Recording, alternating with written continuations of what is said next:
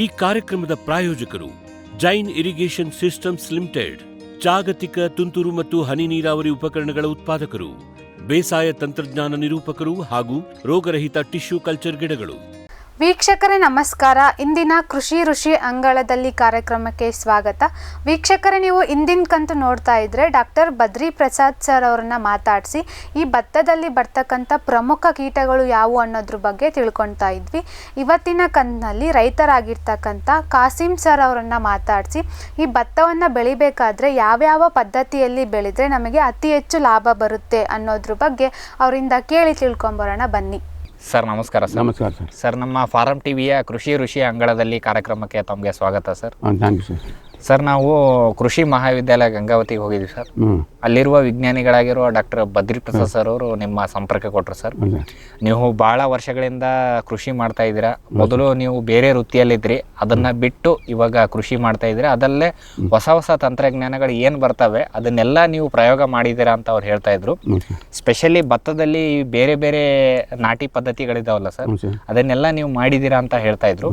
ಹಾಗಾಗಿ ಅದನ್ನೆಲ್ಲ ಏನು ಮಾಡಿದ್ದೀರಾ, ಅದರ ಅನುಕೂಲ ಏನು, ಅದರ ಅನಾನುಕೂಲ ಏನು ಅನ್ನೋದು ಕುರಿತು ಒಂದು ಮಾಹಿತಿಯನ್ನು ನಮ್ಮ ರೈತರಿಗೆ ಇವತ್ತಿನ ಕಂತಿನಲ್ಲಿ ಕೊಡೋಣ ಸರ್.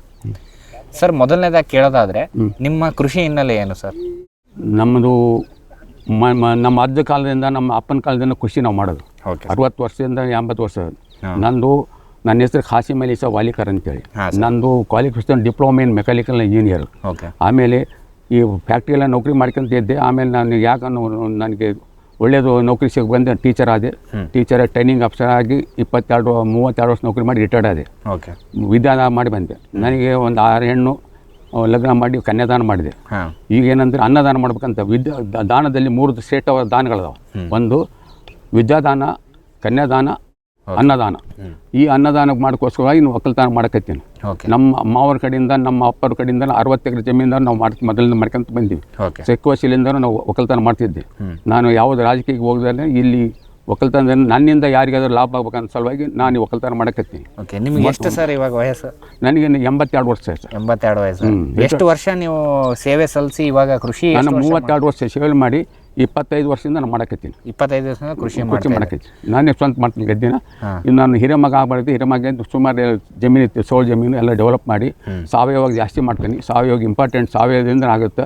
ಯಡಿಯೂರಪ್ಪನ ಕಾಲದಲ್ಲಿ 200 ಕೋಟಿ ಕೊಟ್ಟಿದ್ದು ನಮ್ಮ ಕೊಪ್ಪಳಕ್ಕೆ 75 ಕೋಟಿ. ಅಗನ್ಯ ಸಾವಯವ ಅಂತ ಒಂದು ಸಂಸ್ಥೆ ಮಾಡಿ ಪ್ರತಿಯೊಂದು 30 ಹಳ್ಳಿ 7-9 ಪಂಚಾಯತ್ಗಳ ಹಳ್ಳಿಗೆ ಹೋಗಿ ಸಾವಯವ ಟೀಚಿಂಗ್ ಮಾಡ್ತಿದ್ದೆ. ಆಮೇಲೆ ಒಂದು ಅನ್ನದಾನೇಶ್ವರ ರೈತ ಶಕ್ತಿ ಗುಂಪು ಮತ್ತು ಗೌರ್ಮೆಂಟನ್ನು ಮಾಡಿದರು. ಅನ್ನದಾನ ಶಕ್ತಿ ಗುಂಪಿ ಜನರೆಲ್ಲ ಕೂಡಿಸ್ಕೊಂಡು ಇದು ಕೃಷಿ ಮೇಳ, ಧಾರವಾಡಕ್ಕೆ ಕೃಷಿ ಮೇಳ, ಆಮೇಲೆ ರಾಯಚೂರು ಕೃಷಿ ಮೇಳ, ಎಲ್ಲೆಲ್ಲಿ ಮತ್ತು ಗಂಗಾವತಿ ಇರ್ತಕ್ಕಂಥ ಟ್ರೈನಿಂಗು ಎಲ್ಲ ಪ್ರತಿಯೊಂದು ಟ್ರೈನಿಂಗ್ ನಾನು 20 ವರ್ಷದಿಂದ ಎಲ್ಲ ರೈತನ ಕರ್ಕೊಂಡು ಟ್ರೈನಿಂಗ್ ಕೊಡ್ತಿದ್ದೀನಿ. ಸರ್ ಈಗ ಮೊದಲು ನೀವು ಈಗ ಒಂದು ಕೃಷಿಗೆ ಬಂದ್ರಲ್ಲ ಸರ್, ಅಲ್ಲಿಂದನೇ ಭತ್ತ ಮಾಡ್ತಿದ್ರು ಅಥವಾ ಬೇರೆ ಬೆಳೆ ಏನಾದರೂ ಮಾಡ್ತಿದ್ರು? ಇಲ್ಲ, ಅದು ಫ್ಯಾಕ್ಟ್ರಿ ಬಂದದ್ದು ಎಲ್ಲ ಭತ್ತನೇ ಇರೋದು ಇಲ್ಲಿ. ಬೇರೆ ಭತ್ತನೇ ಶುರು ಮಾಡಿ ಬೇರೆ ಬೆಳೆ ಮಾಡಿಲ್ಲ. ಅವಾಗೆಲ್ಲ ಹೆಂಗೆ ಭತ್ತ ಬೆಳಿತಿದ್ರು ಸರ್? ಅವಾಗ ಅದೇ ಮೊದಲಿಂದ ಕಾಲಾಗ ಎತ್ತುಗಳಿದ್ದು, ಎತ್ತಿಂದ ರಂಟೆ ಹೊಡಿತಿದ್ದು. ಆಮೇಲೆ ಇದು ಗುಡ್ಡಕ್ಕೆ ಹೋಗಿ ಎಲೆಗಳನ್ನು ಸಾವಯವ ತಪ್ಪಲ ತಗೊಂಡು ತುಳಿತಿದ್ವಿ. ತುಳಿದ್ರೆ ಸಾವಯವ ಮಾಡ್ತಿದ್ವಿ. ನಮ್ಮ ಅಪ್ಪರ ಕಾಲ ನಮ್ಮ ಅಜ್ಜ ಕಾಲದಾಗೂ ಸಗಣಿ ಹಿಡಿದು ಸಾವಯವ ಮಾಡ್ತಿದ್ವಿ ಎಲ್ಲರೂ. ಈಗ ಸಾವಯವ ಅಂದ್ರೆ ದನಗಳು ಕಡಿಮೆ ಆಗ್ಯಾವ. ಒಕ್ಕಲ್ತನ ಸಾವಯವದು ಇದಾಗೈತೆ. ನಾನು ಸಾವಯವ ದಿಂಚ ಹಾಕ್ತೀನಿ. ಆಮೇಲೆ ಸಣ್ಣ ಬಾಕಿ ಸಾವಯವ ಗದ್ದೆ ಬಳಸ್ತೀನಿ ನಾನು. ಅವಾಗ ಗದ್ದೆ ಹಂಗೆ ರೆಡಿ ಮಾಡಿ ನೀವು ಎಲ್ಲ ಕೈಲೇನೆ ಹಚ್ಚೋದಿತ್ತು ಅವಾಗ ಅವ್ರಿಗೇನು ಅದೇ ನಾಟಿ ಮಾಡ್ತಿದ್ರು ನಮ್ಮ ಅಜ್ಜವ್ರ ಕಾಲಾಗ, ನಮ್ಮ ಅಪ್ಪನ ಕಾಲಾಗ. ಅಂದರೆ ಲೇಬರ್ ಆಗಿ ದುಡಿತಿದ್ರು. ಈಗ ಈ ಲೇಬರ್ ದುಡಿಯೋರಿಲ್ಲ, ಈಗ ಮಷಿನಿಗೆ ಬಂದವ ಅಷ್ಟೇ. ಸರ್ ಈಗ ಈ ಭತ್ತ ಒಂದು ಬಿತ್ತನೆ ಮಾಡೋ ಪದ್ಧತಿಯಲ್ಲಿ ಸಾಕಷ್ಟು ಇದಾವೆ ಸರ್. ಹೌದು. ಏರೋಬಿಕ್ ಅಂತ ಬರುತ್ತೆ, ಆಮೇಲೆ DSR ಅಂತ ಬರುತ್ತೆ, ಕೂರಿಗೆ ಭತ್ತ, ಡ್ರಮ್ ಸೀಡ್ ಭತ್ತ, ಇದನ್ನೆಲ್ಲ ಟ್ರೈ ಮಾಡಿದ್ರೆ ಎಲ್ಲ ಪದ್ಧತಿ ನಾವು ಮಾಡಿಬಿಟ್ಟಿವಿ. ಓಕೆ, ನಿಮ್ಗೆ ಯಾವುದು ಚಲೋ ಅನ್ನಿಸ್ತು ಸರ್ ಈ ಪದ್ಧತಿ? ಈಗ ನಾವು ಎಲ್ಲದೂ ಕೂರಿ ಮಾಡ್ಬೋದು, ಚಲೋ ಐತೆ. ಡಮ್ ಸೀಡ್ ಮಾಡಿದ್ರೆ ಮೊದಲೇ ಮಾಡ್ಬೇಕಾಗತ್ತೆ. ಇಲ್ಲಿ ಏರಿಯಾದಾಗೆಲ್ಲ ದನಗಳೆಲ್ಲ ಬಂದ್ಬಿಟ್ಬಿಡ್ತಾರ. ನಾನು ಇದು ಕೂರಿ ಬೆಳಿತೀನಿ, ಬೆಳೆದ ತಕ್ಷಣ ಬೆಳೆದ್ರೆ ಕುರಿ ತಿಂದು ಹೋಗ್ಬಿಡ್ತಾವ. ಅವ್ರು ಕೇಳಿದ್ರೆ ನೀವು ಎಲ್ಲರೂ ಹೆಂಗ ಮಾಡ್ಬೇಕಂತಂದ್ರು. ಆಮೇಲೆ ಡಮ್ ಸೀಡ್ ಒಣ ಭೂಮಿ ಇರುತ್ತೆ, ಅದರಲ್ಲಿ ನೀವು ಕೂರಿಗೆ ಅಡ್ವಾನ್ಸ್ ಕೂರಿಗೆ ವೆಚ್ಚ ಮಾಡ್ಬೇಕಾದ್ರೆ 35 ದಿವಸ ಮೊದಲ ಮಾಡ್ಬೇಕು. ಪ್ರತಿ ಮುಖ್ಯ ಬೇಕಾಗುತ್ತೆ. 35 ಮೊದಲ ಬೆಳಿಬೇಕಾದ್ರೆ, ಆಮೇಲೆ ಡ್ರಮ್ ಸೀಡ್ ಮಾಡಿದ್ರು 35 ಮೊದಲ ಮಾಡ್ಬೇಕು, ಉಗ್ಗಿದ್ರು ಮಾಡ್ಬೇಕು. ಅದ್ರಲ್ಲಿ ಏನಾಗುತ್ತೆ ಅಂದರೆ ಸುತ್ತ ಹಳ್ಳಿಯಲ್ಲಿ ಇದು ಯಾವ ದನಗಳು ಜಾಸ್ತಿ ಬರೋದ್ರಿಂದ ಅವ್ರು ನಾವೆಲ್ಲ ತಿಂದು ಹೋಗ್ಬಾರ್ದು ಅಂದ್ರೆ ನನಗೆ ಅದು ಕಾಟಾಟ ಕಾಯೋಕ್ಕಾಗೋದಿಲ್ಲ. ಅದೇ ಪದ್ಧತಿ ಮೇಲೆ ಯಾಕೆ ಬೆಳಿಬಾರ್ದು ಅಂತೇಳಿ ಪಶ್ಚಿಮ ಬಂಗಾಳದ ಒಂದು 2,000 ಜನ ಬರ್ತಾರೆ ಇಲ್ಲಿ. ಅವ್ರು ಕರೆಸಿ ನಾನು ನಗಿಸಿದ್ದೀನಿ. ಪಶ್ಚಿಮ ಬಂಗಾಳದ್ದು ಇಲ್ಲಿ ಸಿಂಧೂರು ಕಡೆ ಒಂದು ಕ್ಯಾಂಪ್ ಐತೆ. ಅದರಿಂದ ನಾವೇನು ಕೂರಿ ಬೈತನ ಎಲ್ಲ ಮಾಡಿದ್ರೆ ಅದೇ ಟೈಪ್ ನಾನು ಅಗಿ ಹಚ್ಚಾಕತ್ತೀನಿ. ಹಾಂ ಸರ್, ಇದ್ರಲ್ಲಿ ಏನು ಲಾಭ ಅಂತ ಕೇಳ್ಬೋದು ನೀವು. ಹಾಂ, ಈಗ ಕೂರಿಗೆ ನೀವು ಏನು ಮಾಡ್ತೀರಲ್ಲ ಬಿತ್ತನೆ, ಅದು ಹೆಂಗೆ ಮಾಡ್ತೀರಾ? ಮೊದಲು 30 ದಿನ ಮೊದಲೇ ಬಿತ್ತನೆ ಮಾಡ್ತೀರಿ. ಒಂದು ಭೂಮಿ ಒಣಗಿಸ್ತೀರ, ನೀರು ನಿಲ್ಸೋದಲ್ಲ. ನಾರ್ಮಲ್ ಆಗಿ ಭೂಮಿ ಸ್ವಲ್ಪ ತೇವಾಂಶ ಇದ್ದಾಗ ಕೂರಿಗೆಲ್ಲ ಬಿತ್ತನೆ ಮಾಡ್ತೀರಾ. ಅದರ ಮುಖ್ಯ ತೊಂದರೆ ಏನಾಗ್ತಿತ್ತು ಅಂದ್ರೆ ಯಾವಾಗ ಮೊಳಕೆ ಹೊಡಿತದ ಅದನ್ನು ಕುರಿ ಆಗಲಿ ದನ ಆಗಲಿ ತಿನ್ನೋದು ಭಾಳ ಪ್ರಾಬ್ಲಮ್ ಇತ್ತು ಒಂದು ಸರ್. ಮತ್ತೇನು ಕೂರಿಗೆ ಬಿತ್ತನೆಯಿಂದ ಏನೇನು ಉಪಯೋಗ ಆಗ್ತಿತ್ತು ಸರ್? ಕೂರಿ ಬಿತ್ತನೆ ಮಾಡಬೇಕು ಖರೆ. ಅದ್ರಲ್ಲಿ ಬಿತ್ತದ ಏನಂದರೆ ನೀರು 30% ನಾವು ಇದು ಹಂಚು ಹೊಡೆದು ಪಡ್ಲಾಟ್ ಹೊಡೆದು ಲೇಬರ್ ಎಲ್ಲ ಮಾಡ್ತಕ್ಕಂಥದ್ದು. ಹಂಚು ಹೊಡೆಯೋಕೆ ಬಾಡಿಗೆದು 4,000 ರೂಪಾಯಿ, ಇದು 53,000 ರೂಪಾಯಿ, ಅವ್ರು ಹೊರಗೆ 4,000 ರೂಪಾಯಿ, 8,000 ರೂಪಾಯಿ ನಮ್ಗೆ ಖರ್ಚು ಬರ್ತಿತ್ತು. ಈಗ 8,000 ರೂಪಾಯಿ ಬರೋದಿಲ್ಲ. ಆಮೇಲೆ ಅದು ಒಂದು ಲಾಭ ಉಳಿತಂತ ಕುರಿ ಮಾಡ್ತಿದ್ವಿ. ಕೂರಿಗೆ ಅಂದರೆ ಲಾಭ ಅಂದರೆ ಅದ್ರಲ್ಲಿ ಏನಂದರೆ ಭೂಮಿಯಲ್ಲಿ ಇರ್ತಕ್ಕಂಥದ್ದು ಸತ್ತು ಭಾಳ ಆಳು ಹೋಗ್ಬಾರ್ದು ಭೂಮಿನ. ಇದು ಹೊರವಲಿ ಎಲ್ಲ ಬೈತಾರಲ್ಲ, 2 ಇಂಚಿನ ಮೇಲೇನ ಅದು ಶಕ್ತಿ ಇರ್ತೈತೆ. ನಾವು ಟ್ಯಾಕ್ಟ್ರಿ ಹೊಡೆದು ಯಾವುದೋ 4 ಇಂಚ್ ಒಳಗೆ ಹೋಗ್ಬಿಟ್ಟಾಗ ಆ ಟೀಲರ್ಸ್ ಬರೋದಿಲ್ಲ. ಅದೊಂದು ಪ್ರಾಬ್ಲಮ್. ಇದು ಕೂಗಿಂದ ಏನಪ್ಪ ಅಂದರೆ ಕಾಳು ಜೋಳಾಗೋದಲ್ಲ, ಒಂದೇ ಬಂದು ಬರ್ತೈತೆ. ಅದು ಅದ್ರ ವೇಟ್ ಜಾಸ್ತಿ ಬರ್ತೈತೆ, ಆಮೇಲೆ ಶೈನಿಂಗ್ ಜಾಸ್ತಿ ಬರ್ತದೆ. ಕುರಿ ಬಿತ್ತ ಲಾಭ ಐತೆ. ಆದರೆ ಏನಂದರೆ ಇಲ್ಲಿ ವಾತಾವರಣ ಕುರಿ ಮೇಲೆ 35 ದಿವಸ ಮೇಲೆ ನಮ್ಮ ಖಾಲಿ ಬಿಡೋದು ನೀರು ಲೇಟು. ಖಾಲಿ ನೀರು ಬಿಡೋದ್ರಿಂದ ನಾವು ಆ ಲೇಟಿಗೆ ಅಡ್ಜಸ್ಟ್ ಆಗೋದಿಲ್ಲ. ತತ್ತಿ ಮುಖ್ಯ ಆಗುತ್ತೆ. ಅದು ಜೂನ್ ಜುಲೈದಾಗ ಬಿತ್ತಿ ಬಿಡ್ಬೇಕು. ಆಮೇಲೆ ಮಳೆ ಬರ್ಬೇಕು. ಮಳೆ ಬಂದರೆ ಹುಟ್ಟೈತೆ, ಇಲ್ಲಕ್ಕೆ ಹುಟ್ಟೋದಿಲ್ಲ. ಮಳೆ ಬರಲಿಲ್ಲ ಅಂದ್ರೆ ಮತ್ತೆ ನುಕ್ಸಾನ್ ಆಗುತ್ತೆ. ಈಗ ಎಲ್ಲಿ ಮಾಡ್ತಾರಂತ ನೀವು ಪ್ರಶ್ನೆಗೆ ಇರ್ಬೋದು. ಕೂರಿ ಭತ್ತನ ಕಸಬ ಕ್ಯಾಂಪ್ ಐತೆ. 1 ಲಕ್ಷ ಎಕರೆ ಬಿತ್ತಾರೆ ಅವ್ರು. ಬದ್ದಿ ಪ್ರಸಾದ ಕರ್ಕೊಂಡು ನಮ್ಗೆ ತೋರಿಸಿದ್ರು. ಅಲ್ಲಿ ಏನಂದ್ರೆ ನೀರಲ್ಲಿ ಮುಟ್ಟೋದಿಲ್ಲ, ಅಲ್ಲಿ ಹೊರವಲ್ಲಿರ್ತೈತೆ. ಅವ್ರು ಏನು ಬಂದರು ಬರಲಿ ಅಂತ ಬಿತ್ಬಿಡ್ತಾರೆ. ಒಂದು ಮಳೆ 2 ಮಳೆ ಅಂದ್ರೆ ಒಂದು 1 ತಿಂಗಳು ಆದ ತಕ್ಷಣ ಏನಾಗುತ್ತೆ, ನೀರು ಕಟ್ಕೊಂಡು ನಾರ್ಮಲ್ ಹೋಗಾರ. ಆಮೇಲೆ ಗೋನಾಳಿಗೆ ಹೋಗಿದ್ವಿ. ಆಮೇಲೆ ಕೃಷ್ಣ ಬೈರೇಗೌಡ ಬಂದಿದ್ರು, ಅಲ್ಲಿ ಫಂಕ್ಷನ್ ಮಾಡಿದ್ವಿ. ಅಲ್ಲಿ ಕುರಿ ಬಿತ್ತ ಮಾಡ್ಯಾರ. ಆದ್ರೆ ಏನಂತಂದರೆ ಇವು ನೀರು ಮೊದಲು ಮಾಡ್ಬೇಕಾಗುತ್ತೆ. ಈ ತತಿ ಮುಖ್ಯ ಅದು. ಹಿಂಗಾಗಿ ಹೊಸವಾಗಿ 35 ದಿವಸನೇ ಅಗಿ ಬೆಳೆಸೋಪ್ಪಲ್ಲಿ ನಾವು ಬರೋಕ್ಕಾಗುತ್ತೆ. ಡಮ್ಸ್ ಆಡಿದ್ರೂ ಆಗುತ್ತೆ. ಕೂರಿ ಬಿತ್ತನದು ಏನಂತಂದರೆ ನಾವು ಕಳೆ ತೆಗಿಬೇಕಾದ್ರೂ ಎತ್ತಿಂದ ಹೊಡಿತೀವಿ, ಬಿತ್ತಬೇಕಾದ್ರೂ ಎತ್ತಿಂದ ಬಿತ್ತೀವಿ, ಟ್ಯಾಕ್ಟ್ರಿಯಿಂದ ಬಿತ್ತೀವಿ, ಎಲ್ಲ ಲಾಭ ಐತೆ. ಆದರೆ ವಾತಾವರಣದಲ್ಲಿ ಏನಂತಂದರೆ ನಾವು ಅಡ್ವಾನ್ಸ್ ಮಾಡಬೇಕು, ನೀರು ಇರೋದಿಲ್ಲ. ಅದಕ್ಕೆ ಕುರಿ ಬಿಟ್ಟಿವಿ. ಅದೇ ಟೈಪ್ ನಾವು ಬೆಳೆಯಕತ್ತೀವಿ. ಓಕೆ. ಗಿಳಿ, ನವಿಲು, ಕಾಗೆ, ಮೈನಾ ಮುಂತಾದ ಹಕ್ಕಿಗಳ ಉಪಟಳ ಹಣ್ಣು ಕಾಡು ಧಾನ್ಯದ ಬೆಳೆಗಳಲ್ಲಿ ಮಿತಿ ಮೀರಿದೆ. ತಮಟೆ, ಪಟಾಕಿ, ಕೂಗು, ರಿಬ್ಬನ್ ಇದೀಗ ಕೆಲಸ ಮಾಡುತ್ತಿಲ್ಲ. ಹಕ್ಕಿ ಬೆದರಿಸಿ ಓಡಿಸಲು ಬಂದಿರುವ ವೈಜ್ಞಾನಿಕ ಉಪಾಯ ಗ್ರೆಸ್ ಇಕೋ ಸೈನ್ಸಸ್ನವರ ಜೈವಿಕ ಧ್ವನಿ ತಂತ್ರಜ್ಞಾನ. ಅತ್ಯಲ್ಪ ಖರ್ಚಿನಲ್ಲಿ ಸುಸ್ಥಿರ ಪರಿಹಾರ, ದೀರ್ಘಕಾಲ ಪರಿಣಾಮಕಾರಿ. ದಾಳಿಂಬೆ, ಸೀಬೆ, ಮಾವು, ಚಿಕ್ಕು ಇತ್ಯಾದಿಗಳನ್ನು ಪ್ರಾಣಿ ಪಕ್ಷಿಗಳಿಂದ ರಕ್ಷಿಸಿಕೊಳ್ಳಿ. Grace eco sciences. Megha solar energy solutions ಸುಲಭ ಲಭ್ಯ, ಕೈಗೆಟುಕುವ, ಸ್ವತಂತ್ರ, ಸುಸ್ಥಿರ ಭವಿಷ್ಯದ ಗ್ರೀನ್ ಎನರ್ಜಿ ಉಪಾಯ. ನಿರಂತರ ಉಚಿತ ನೀರಾವರಿಗೆ Megha solar pump set, roof top solar, solar CC camera ಮತ್ತು ಸೋಲಾರ್ ಬೀದಿ ದೀಪಗಳು, ಡ್ರಿಪ್, ಸ್ಪ್ರಿಂಕ್ಲರ್, ಇರಿಗೇಷನ್ ಮತ್ತು ಫರ್ಟಿಗೇಷನ್ ಆಟೋಮೇಷನ್, ತೋಟಗಾರಿಕೆ, ಕ್ರೆಡಲ್ ಹಾಗೂ ಸೂರ್ಯಘರ್ ಸಬ್ಸಿಡಿ ಯೋಜನೆಯಡಿ ಅಂಗೀಕೃತ. ಮೇಘಾ ಆಗ್ರೋಟೆಕ್. ವಿಶ್ವದಾದ್ಯಂತ ಪೇಟೆಂಟ್ ಪಡೆದ ನ್ಯಾನೋ ತಂತ್ರಜ್ಞಾನದಲ್ಲಿ ತಯಾರಾದ ನೂವಾಲ್ಗಿ ದ್ರಾವಣ. ನೂವಾಲ್ಗಿ ಉಪಯೋಗಿಸಿದ ಮೇಲೆ ತುಂಬಾ ಇಳುವರಿನೂ ಬಂದಿದೆ. ಕಾಳು ಮೆಣಸಿಗಂತೂ ಬಹಳ ಚೆನ್ನಾಗಿ ಬರುತ್ತೆ. ರೇಷ್ಮೆ ಎಲೆನೂ ಚೆನ್ನಾಗಿ ಬರ್ತದೆ. ಗಿಡಗಳು ತುಂಬಾ ಚೆನ್ನಾಗಿ ಬೆಳವಣಿಗೆ ಆಯಿತು. ಯಾವುದೇ ರಾಸಾಯನಿಕ ಅಥವಾ ವಿಶೇಷ ಗೊಬ್ಬರಗಳ ಗೊಡವೆ ಇಲ್ಲದೆ ಎಲ್ಲ ಬೆಳೆಗಳಲ್ಲಿ ಉತ್ತಮ ಗುಣಮಟ್ಟದ ಅಧಿಕ ಫಸಲನ್ನು ಪಡೆಯಿರಿ. ಯಾವಾಗಲೂ ನನ್ನ ಇರೋವರೆಗೂ ನೂವಾಲ್ಗಿ ಅಂತೂ ಬಿಟ್ಟು ಬಾಳಲ್ಲ ಅಂತ ಒಂದು ಭರವಸೆ ಕೊಡ್ತೀನಿ. ಜೈನ್ ಇರಿಗೇಷನ್ ಸಿಸ್ಟಮ್ಸ್ ಲಿಮಿಟೆಡ್ ಭಾರತದ ಹನಿ ನೀರಾವರಿ ತಂತ್ರಜ್ಞಾನದ ಪ್ರಥಮ ಪ್ರವರ್ತಕ, ಜಗತ್ತಿನ ಅತಿ ದೊಡ್ಡ ಸ್ಪ್ರಿಂಕ್ಲರ್ಸ್ ಉತ್ಪಾದಕ ಕಂಪನಿ. ಸಂರಕ್ಷಿತ ಕೃಷಿಯಲ್ಲಿ ಹಸಿರು ಮನೆಗಾಗಿ ಮಿಸ್ಟರ್, ಫಾಗರ್, ಫ್ಯಾನ್ ಮತ್ತು ಪ್ಯಾಡ್ ಹಾಗೂ ನೆರಳು ಮನೆ, ಸ್ವಯಂ ಚಾಲಿತ ನೀರಾವರಿ ವ್ಯವಸ್ಥೆ ಮತ್ತು ರಸಾವರಿ ತಂತ್ರಜ್ಞಾನ. ಕೃಷಿಯಲ್ಲಿ ನೀರಿನ ಸಮರ್ಪಕ ಬಳಕೆ ಹಾಗೂ ಉಳಿತಾಯಕ್ಕೆ ಮತ್ತೊಂದು ಹೆಸರು ಜೈನ್. ಗ್ರೀನ್ ಪ್ಲಾಸ್ಟ್ ಐಎಸ್ಐ ಪ್ರಮಾಣೀಕೃತ ಪರಿಶುದ್ಧ HDPE ಜಿಯೋ ಮೆಂಬ್ರೇನ್ ಪಾಂಡ್ ಲೈನರ್ಗಳು. ಕೃಷಿ ಹೊಂಡ, ಕೆರೆ, ಕಾಲುವೆ, ಮೀನುಕೊಳ, ಸ್ಪಿರುಲಿನಾ ಹೊಂಡಗಳಿಗೆ ಬೇಕಾದ ಆಕಾರ ಮತ್ತು ವಿಸ್ತೀರ್ಣಗಳಲ್ಲಿ ಸರ್ಕಾರದ ಸಬ್ಸಿಡಿ ಯೋಜನೆಯಡಿ ಲಭ್ಯ. 100% ಪುನರ್ಬಳಕೆ, ಯುವಿ ಮತ್ತು ಒಡಕು ನಿರೋಧಕ, ಪಕ್ಕಾ ಜೋಡಣೆ, 5 ವರ್ಷಗಳ ಲಿಖಿತ ವಾರಂಟಿ. ಗ್ರೀನ್ ಪ್ಲಾಸ್ಟ್.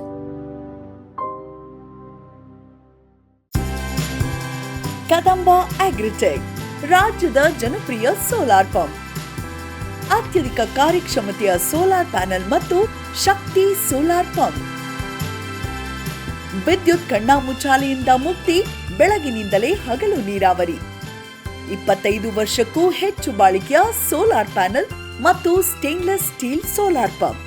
ನಂಬಿಕಾರ್ಹ ಸೋಲಾರ್ ಪಂಪಿಗೆ ರಾಜ್ಯದ ನಂಬರ್ 1 ಕಂಪನಿ ಕದಂಬ ಅಗ್ರಿಟೆಕ್.